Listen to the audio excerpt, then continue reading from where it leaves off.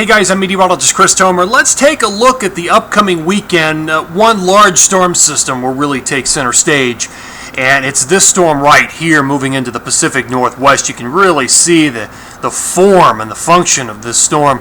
And so the primary impacts right now are obviously Pacific Northwest, but eventually as I put this into motion, and this is our future radar product to give you an idea of where the snow is going to be, the impacts will be moving into Tahoe and all the way down to the Mammoth. So this is Thursday 5 a.m. Here's Thursday 5 p.m. And by then we're definitely looking at snow all the way down the spine of the Sierra. The storm is large enough that it's going to draw in the southern branch of the jet. So you have the polar jet here, you've got the southern branch here. Look what it's doing. It's pushing moisture into New Mexico, Tahoe, Angel Fire, and into southern Colorado. Bullseye would be Wolf Creek as this all comes together. Here's Friday 5 a.m.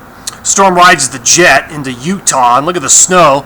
Idaho, Wyoming, parts of Montana, definitely Utah. And then eventually it all comes together into Colorado. Friday during the day, you've got snow all the way down through the southern, central, and northern zones of Colorado's Rockies, the mountains, and a lot of wind. That's what you're seeing blow here, is a lot of wind across Utah and into Colorado. You've got snow kind of wrapping in on the backside through parts of Jackson.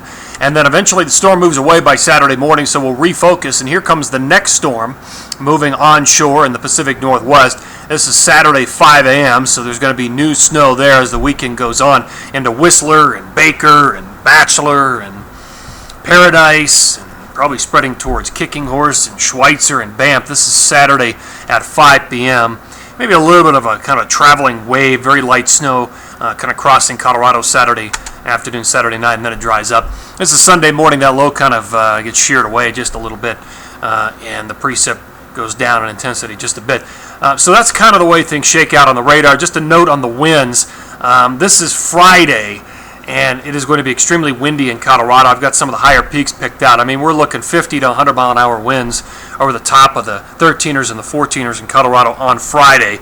And this is just a snapshot of Friday afternoon. By the time we get into Saturday, a lot of the winds have relaxed a bit, but it is still going to be gusty. I mean, take a look at some of the numbers, blowing 70 over Longs, blowing 50 over the Creststones. So it's still strong, but not as strong as it's going to be on Friday when it just rakes a lot of those high peaks and redistributes the snow into big slabs, unfortunately.